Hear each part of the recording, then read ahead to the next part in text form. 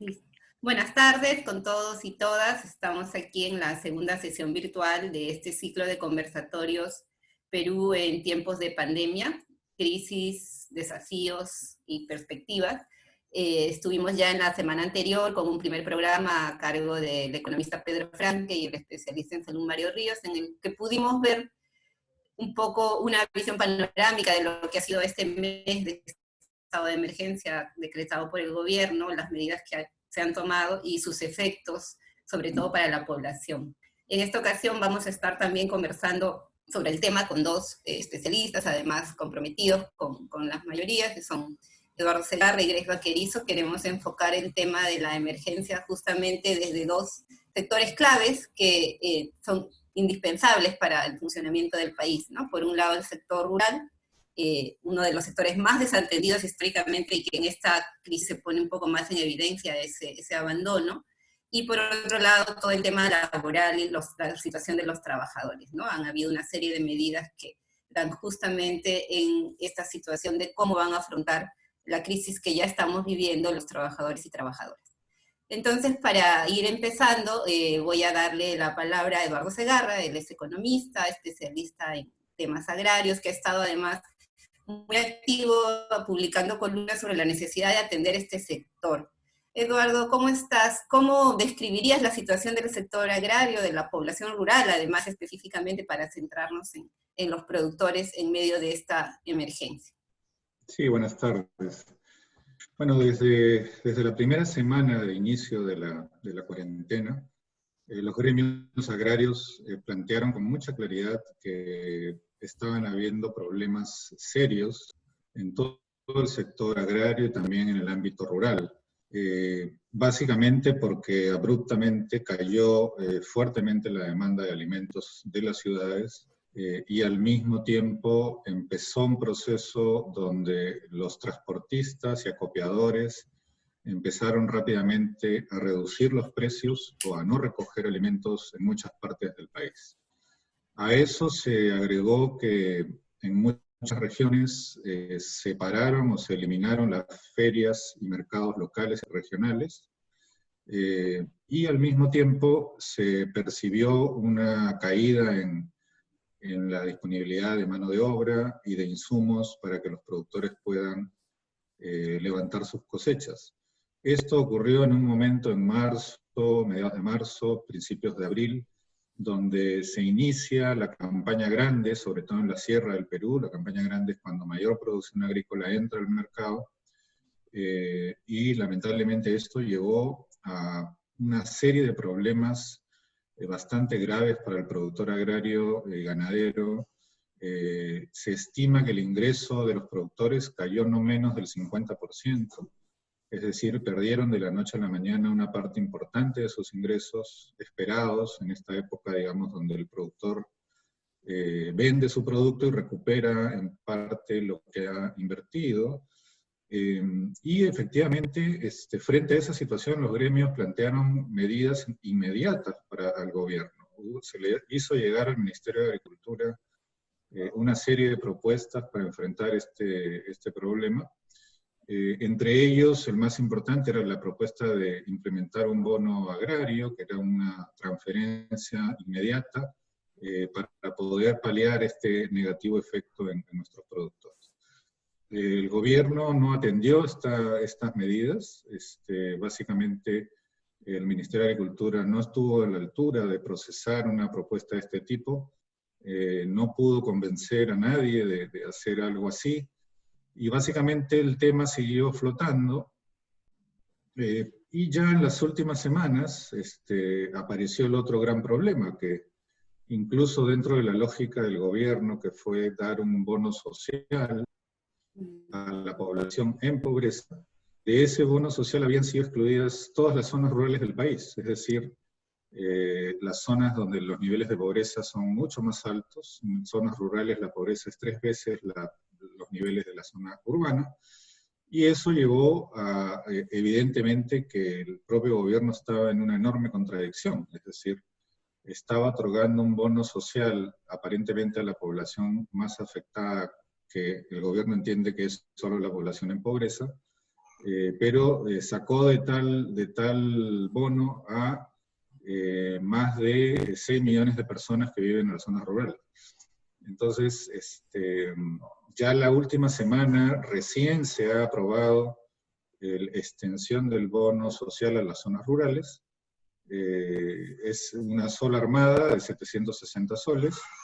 Ahora ese bono todavía va a demorar porque tienen que armarse las bases de datos, tienen que generarse los procesos de pago y de recojo de estos pagos, y se estima que recién dentro de 15 a 20 días empezarían a ser distribuidos estos bonos. En el camino se han perdido casi 50 días, donde la población rural ha carecido de todo apoyo monetario urgente, y creo que eso efectivamente ha sido un enorme descuido en la estrategia inicial planteada por el gobierno. En conjunto, yo diría que la respuesta que ha tenido el gobierno en los temas agrarios y rurales frente a esta emergencia han sido muy malos, ¿no? Ha habido una pésima o muy poca capacidad para colocar los temas agrarios y rurales dentro de la estrategia global. Es como si para el gobierno no existieran estos sectores, y más grave aún porque son los sectores que nos alimentan. Un 70% de los alimentos que consumimos en las ciudades se producen en el campo, en las zonas rurales. Estos productores, que son sobre todo de agricultura familiar, estamos hablando de 2 millones de agricultores y agricultoras, yo diría que han sido la última rueda del coche en este proceso en el cual todos estamos tratando de enfrentar esto de la mejor manera posible. Ya en la otra ronda voy a poder hablar un poquito más de propuestas, pero eso sería un poquito la imagen que les podría dar. Listo, muchas gracias, Eduardo. Efectivamente, la mayoría de nuestros alimentos proviene de la agricultura familiar, ¿no? Ese es un tema que podemos volver en la siguiente ronda. Grace, ¿qué tal? ¿Cómo evaluarías tú lo actuado por el gobierno en esta emergencia sobre el tema laboral? ¿Qué destacaría? Buenas tardes. Sí, yo creo que el gobierno tuvo una reacción positiva al inicio al otorgar la licencia con goce de haber.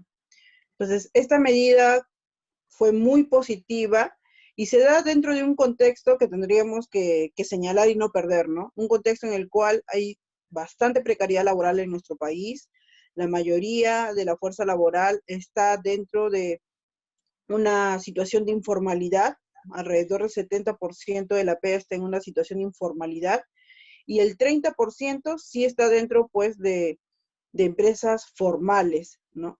Pero también la precariedad continúa en este sector formal en la medida de que la mayoría está con contratos laborales que se vencen, son temporales. Entonces, la licencia con goce de haber encaja y favorece a este 30% que está en la formalidad. Ahora bien, el gobierno ha tenido una respuesta positiva con el otorgamiento de la licencia con goce de haber, pero dudó mucho al otorgarla. Recordemos muy bien que la ministra de Trabajo, la señora Silvia Cáceres, días previos en que se discutían las medidas a tomar frente al coronavirus, señalaba erradamente que debería entregarse licencias sin goce de haber o adelanto de vacaciones a las personas que tengan que hacer cuarentena por haber estado en contacto con alguna persona contagiada, lo cual era una aberración total, era una expresión de un desprecio por los derechos laborales e incluso la salud de los trabajadores. Entonces, tenemos un gobierno que ha tomado una decisión positiva al inicio, pese a tener una ministra de Trabajo que a todas luces ha estado buscando cómo reducirle los costos laborales, entre comillas, a las empresas, ¿no?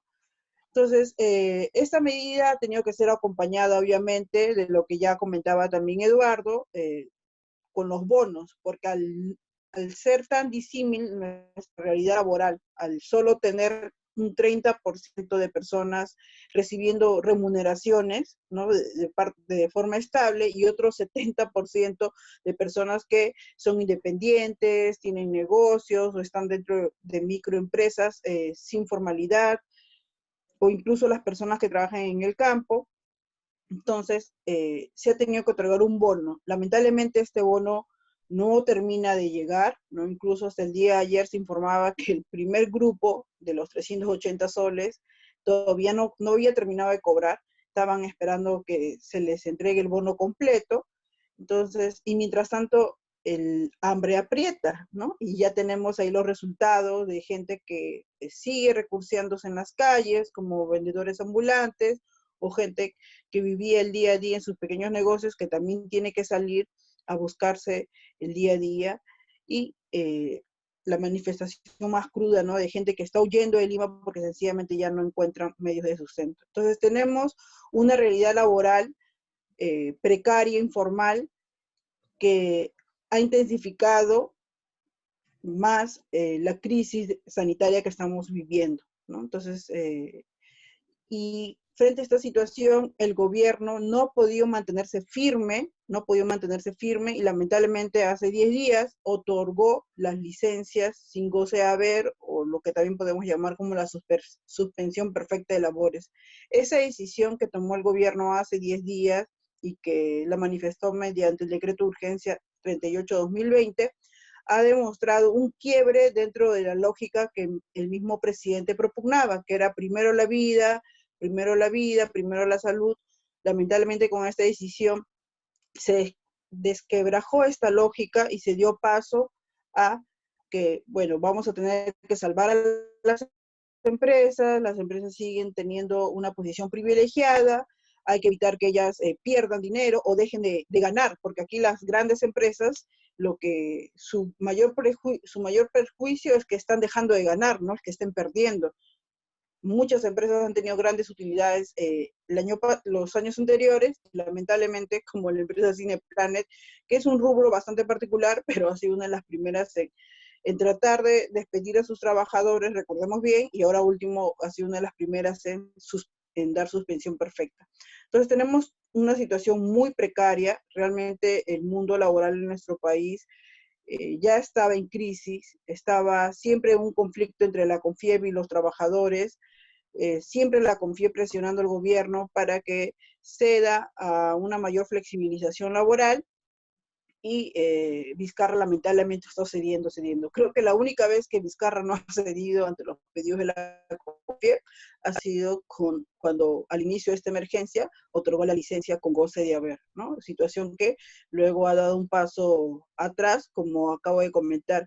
Y es la presión de los trabajadores, la denuncia de la ciudadanía, que ha hecho que hace dos o 3 días atrás el gobierno haya publicado a través de un decreto supremo algunas restricciones a esta medida de la suspensión perfecta, ¿no? Que muchos tuiteros lo llamó explotación perfecta. Entonces, el gobierno tiene reacciones, se ve que es un gobierno que está tratando de mantener la autoridad y el diálogo con la ciudadanía, pero esta decisión que tuvo el gobierno de otorgar la suspensión perfecta le ha restado autoridad, ¿no? Y le está ocasionando mucho perjuicio a millones de trabajadores que están dejando de percibir sus ingresos y los está arrojando a cumplir una cuarentena con hambre, ¿no? Gracias, Grace. Sí, efectivamente vamos a tratar de ver luego cómo hacemos para salir justamente de esta cuarentena con hambre que lamentablemente se está configurando, ¿no? Entonces, en esta última parte que quisiéramos hacer como una especie de cierre, recordar que este es un conversatorio que está organizado por la Comisión de Programa del Nuevo Perú, la Comisión Nacional de Programa. Entonces, nos interesa mucho también dar salidas, ¿no? Es un momento en que efectivamente todos estamos padeciendo esta crisis, todos vamos a tener que sufrir los efectos que se vienen, pero efectivamente hay efectos diferenciados, hay sectores que atender y hay una propuesta de país también que desarrollar en medio de todo esto, ¿no? En todo caso, la última pregunta va por esa línea, ¿no? ¿Qué podemos hacer? O sea, ¿qué propuestas hay que levantar en este momento que efectivamente nos exige unidad nacional, poner el hombro, etcétera, pero también tomar en cuenta las necesidades de la mayoría de la población? Eduardo, ahí en el sector rural, con la población agraria, por ejemplo, ¿qué cosas levantarías así muy concretamente? Sí, bueno, en primer lugar creo que el gobierno tiene que hacer algunos cambios fundamentales en su estrategia general, ¿no? Luego hablaremos de la parte agraria y rural, pero es evidente que esta cuarentena, basada en un criterio de focalización en hogares pobres para asignar transferencias monetarias, está fracasando. En este momento tenemos cientos de miles, si no millones de familias, como bien decía Grace, donde los adultos en realidad generan ingresos o generaban ingresos en actividades informales y en ese momento no tienen ningún ingreso y ya esto está ocurriendo durante varias semanas. Esos hogares están ya pasando por problemas serios de inseguridad alimentaria y hambre, y no pueden darse el lujo de no salir a buscarse el alimento diario. Esos hogares no están recibiendo ningún tipo de ayuda. Una buena parte de esos hogares no están en los padrones de pobreza del CISFO, y por ende la actual estrategia de cuarentena sin un adecuado soporte económico para las familias está yendo rumbo al fracaso. Ya vemos que el sistema de salud ha llegado a su límite. Ya estamos llegando al número máximo de camas UCIs que tenemos para atender a las personas en situación grave, y en las próximas semanas esto se va a agravar. Por lo tanto, es fundamental que la cuarentena pueda seguir, porque ahorita es el único instrumento efectivo que tiene el país para evitar miles de muertes en las próximas semanas. Pero para que esa cuarentena funcione, el gobierno tiene que entender que debe plantear una estrategia de apoyo monetario masivo a la población. Estamos proponiendo lo del bono universal, un bono universal en el sentido de universal para toda persona adulta que tenga necesidad de mantener su hogar en este momento y a la cual estamos dando un apoyo para que no salga de su hogar, no salga diariamente a tratar de conseguir el sustento. Esa decisión el gobierno no la quiere tomar. Hay al parecer dentro mismo del gabinete y en las personas que el círculo muy cerrado que maneja el presidente, el entendimiento de que eso sería un mal uso de los recursos públicos. Y eso es un tremendo error. En este momento que el Perú tiene ahorro fiscal suficiente para poder financiar una medida así, estamos hablando de que eso sería un desperdicio de recursos. En realidad lo que estamos haciendo es generar una condición de explosión social que en las próximas semanas se va a ir agravando. Hoy día el gobernador de Cajamarca ha informado que hay 70.000 inscritos para volver a Cajamarca, o sea, 70.000 personas. Eso es una cifra enorme, y lo mismo está pasando con otras regiones. ¿Es por qué? Porque en las ciudades la gente ya no se siente protegida, no se siente apoyada, no tiene cómo mantenerse, y evidentemente está todo el temor del contagio. Entonces, en ese contexto, yo creo que es fundamental que el gobierno haga un viraje. Yo creo que toda la sociedad debemos exigir que el gobierno esté a la altura, cambie el enfoque y pasemos a un enfoque distinto, donde la prioridad es que la cuarentena funcione y que los hogares puedan, en cierta forma, tener la protección de no tener que salir a vérselas todos los días para alimentarse. Y ahí están bonos, están también compra de canastas alimentarias, y están una serie de instrumentos que podemos usar para eso, y creo que el gobierno ya debería empezar a pensar seriamente en esta alternativa. En la parte agraria y rural, igualmente, el bono agrario debería ser parte de un bono universal. Yo creo que los ciudadanos que trabajan en la agricultura, tanto productores como trabajadores agrícolas, también merecen tener en este momento este apoyo, efectivamente porque ellos están en este momento alimentando a la población y están también pasando por una situación complicada. Y también, obviamente, deben empezarse a hacer decisiones y tomarse decisiones para que en los próximos meses la próxima campaña agrícola esté asegurada. Tal y como van las cosas, la próxima campaña agrícola, que está terminando ahora en julio, y sobre la cual hay que tomar acciones, y la que empieza a partir de julio, que es muy importante, si seguimos así, esa campaña va a estar en serio riesgo porque nuestros productores están quebrados, están descapitalizados, están en este momento en una situación de desesperación. Por ende, se tiene que lanzar un programa amplio de apoyo al pequeño productor. Ellos están solicitando 5.000 millones de soles del fondo de los 30.000. Me parece una demanda justa. Esos fondos tienen que ser asignados vía crédito, sin tasa de interés, a los productores agropecuarios para sembrar aproximadamente 3 millones de hectáreas en las próximas 3 o 4 meses. Eso va a permitir que el Perú tenga asegurada su alimentación en los próximos 10 a 12 meses, y tenemos que pensar también que si no hacemos esto, lo único que vamos a lograr es que de aquí a algunos meses el Perú enfrente no solo una crisis sanitaria de gran envergadura, sino una crisis alimentaria muy grave. Por eso es que hay que trabajar en ambas dimensiones. El gobierno se está demorando mucho en tomar decisiones, solo parece atender algunos de los temas en las zonas urbanas, solo parece importarle que la gran empresa ahora no quiere que siga la cuarentena y quiere que se reactive la economía de manera prematura, poniendo en riesgo muchísimas vidas. Y creo que es un momento para que el gobierno empiece realmente a servir al conjunto de la población, y salga de esa lógica absurda de la focalización, que lo único que creo que nos va a llevar es a fracasar de manera muy grave en este proceso. Gracias, Eduardo. Grace también es integrada, además de abogada laboralista, es integrante de la Comisión Política del Nuevo Perú.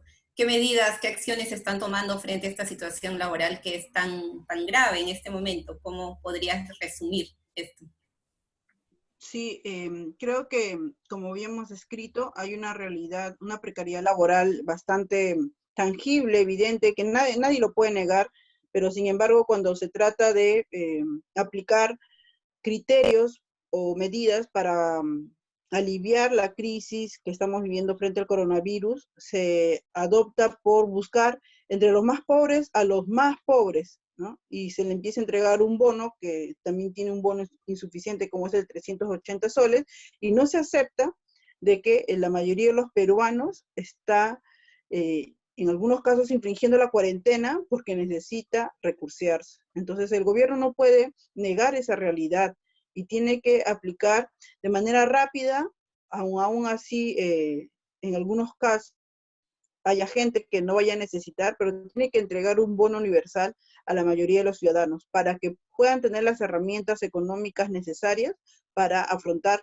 los días de cuarentena que vienen. Y evidentemente decimos los días de cuarentena que vienen, porque sí nos reafirmamos nosotros en que la vida de los peruanos aún está en riesgo para estar pensando en levantar la cuarentena, como al parecer algunos voceros dentro del gobierno estarían planteando, ¿no? Ni siquiera tenemos ahorita los mecanismos adecuados para ir levantándolo por áreas, ¿no? Como han sugerido también algunos analistas y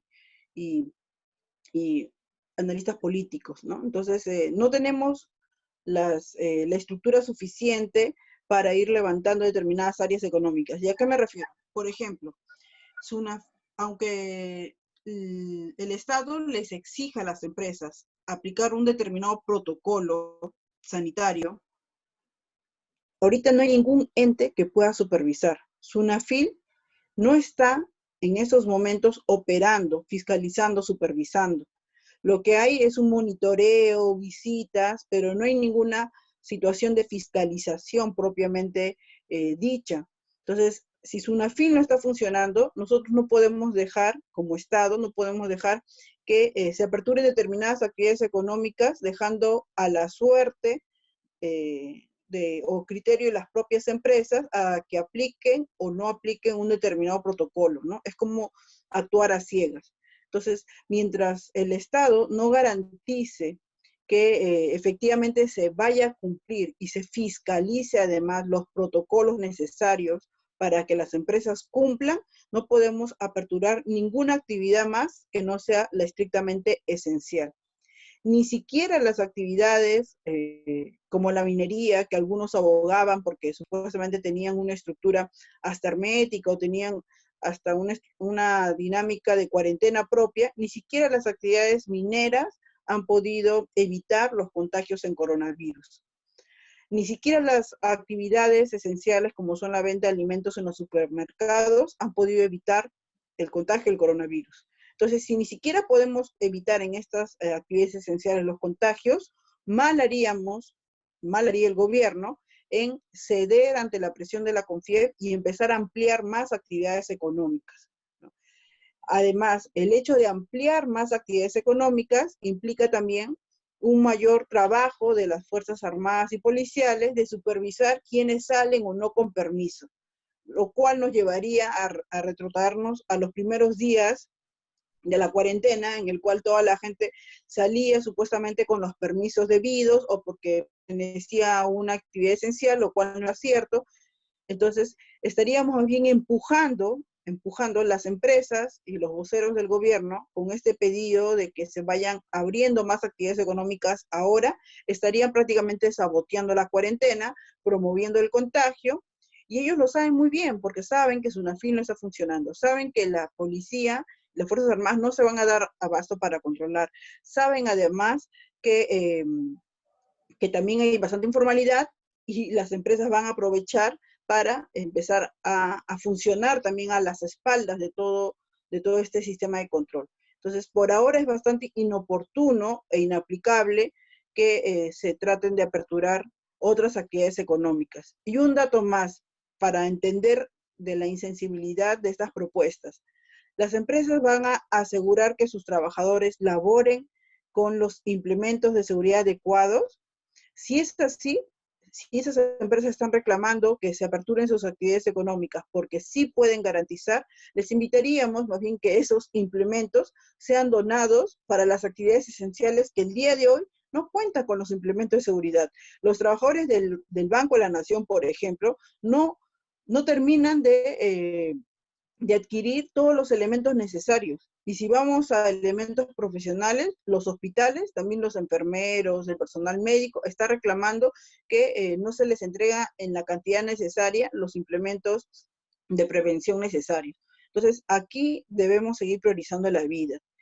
Y finalmente, ya cuando superemos esta cuarentena, cuando apliquemos bien la cuarentena y la mayoría de personas puedan estar en sus casas y evitando el contagio, podamos cercar al virus, evidentemente ya estaríamos preparados para estar en un segundo paso y empezar a aperturar las actividades económicas, incluso en los lugares donde posiblemente ya no haya ninguna persona contagiada, ¿no? Como puede ser determinadas provincias o determinadas regiones. Entonces, ahí recién podríamos empezar a pensar a aperturar determinadas actividades económicas. Por ahora, eso es inviable. Bueno, muchas gracias, Grace, también. Creo que el panorama que tenemos es bastante todavía difícil, ¿no? Hay decisiones políticas de fondo que tienen que ver con el funcionamiento del Estado y esta lógica de políticas neoliberales basadas, por ejemplo, en la focalización, ¿no? En esta ubicación, delimitación de los pobres, los vulnerables, ¿no? Con el fin de evitar filtraciones, que se te cole por ahí uno que no es tan pobre como para recibir este bono, y que lamentablemente requiere de una infraestructura, de una serie de recursos que en una emergencia nacional como la que estamos viviendo el Estado no dispone, ¿no? Entonces, esta propuesta que planteaba Eduardo, que también mencionaba Grace, de cambiar, voltear la mirada, no focalizar a estos millones de familias que ahora no tienen cómo subsistir en medio de la cuarentena, sino más bien universalizar, ¿no? Excluir mucho más puntualmente a aquellos que sí tienen el ingreso asegurado, seguro los sectores A y B, y por lo menos durante 1 o 2 meses o hasta 3 asegurar este ingreso universal, ¿no? Que podría asegurarnos no tener una situación mucho más crítica y lamentable, ¿no? Como decía, es un momento grave que ha develado finalmente todas las falencias de un Estado que ha ido funcionando con una sanidad pública deteriorada, con estos criterios de focalización y de programa social que son insuficientes. Y creo que ahí el desafío, como bien decían tanto Eduardo como Grace, es asegurar por un lado que este bono, este ingreso esté asegurado para todos, pero también asegurar que haya una campaña agraria, como decía Eduardo, para poder tener los alimentos en el corto y mediano plazo seguros, ¿no? Lo mismo con los trabajadores. Entonces son los temas que nos van quedando. Creo que tenemos que tener una mirada general de lo que está ahorita ocurriendo en nuestro país, y creo que con esto vamos a poder ir avanzando también una evaluación más general que nos permita de cara a los siguientes meses tener un panorama de cambios, de políticas, también de programáticas que la población pueda ir conociendo, ¿no? Estamos todavía en un momento difícil, no sabemos si esta cuarentena efectivamente se va a levantar, seguramente el presidente lo dirá muy pronto, pero tenemos la seguridad de que es necesario seguir resguardando la vida, la salud de toda la población. Vamos a estar continuando con este ciclo de conversatorios. El siguiente vamos a darle una mirada a la situación internacional, que también va a repercutir necesariamente, somos un país básicamente exportador de materias primas. Vamos a estar hablando sobre el tema de los precios del petróleo, un poco la geopolítica con Oscar Ugarteche, y por ahora pues nos quedamos aquí. Muchas gracias a Eduardo, a Grace. Hay un cacerolazo a las 7 de la noche, también en pro del bono universal, exigiendo una cuarentena sin lucro y con subsistencia y derechos para todos. Entonces nos vemos la otra semana. Gracias, Eduardo. No, Gracias, gracias. Grace. Nos Hasta vemos. luego. Luego.